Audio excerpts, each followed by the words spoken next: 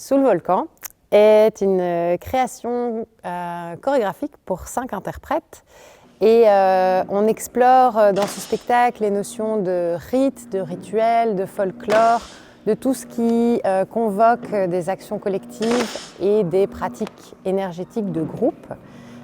C'est vraiment une pièce qui met en question des notions de coopération, de solidarité et d'entraide.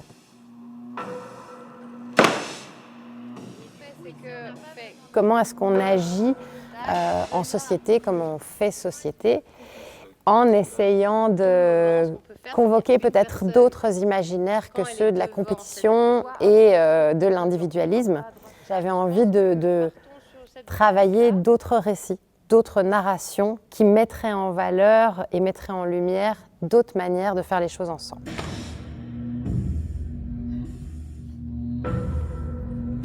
On s'est inspiré de mouvements ou d'intentions de mouvements qui sont plutôt issus du folklore ou du labeur.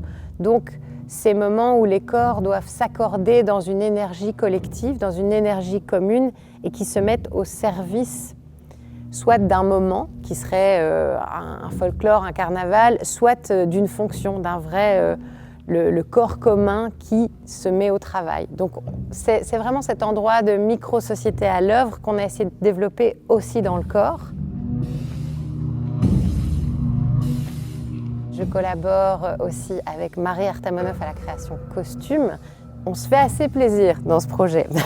Au niveau des costumes, vraiment en allant convoquer des références de type carnavalesque et en même temps le labeur. C'est des références qui ont nourri le travail des costumes.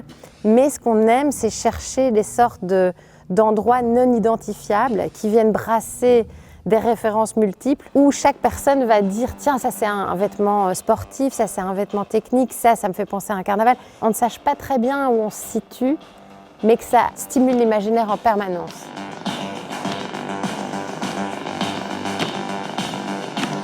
On parle de travail, on se met dans une situation où on tente d'œuvrer à faire ensemble, mais on convoque aussi la tendresse qui peut-être est un des moyens pour y arriver à faire ensemble. Et ce qui est intéressant, c'est une vraie envie d'aller convoquer cette tendresse, d'aller vers la douceur. Et en même temps, ce qu'on se rend compte pendant le processus, c'est que ça n'est pas forcément une évidence. Le monde, il n'est pas facile, il est traversé par beaucoup de chaos et beaucoup de violence en fait. Et donc il y a tout ça qui nous chahute. Et en même temps, donc, on essaye de l'atteindre, la tendresse, et puis c'est peut-être pas forcément là où on l'attend qu'elle émerge. Et malgré tout, elle vient toujours nous aider à continuer à avancer. Et c'est assez beau de lui donner de la place.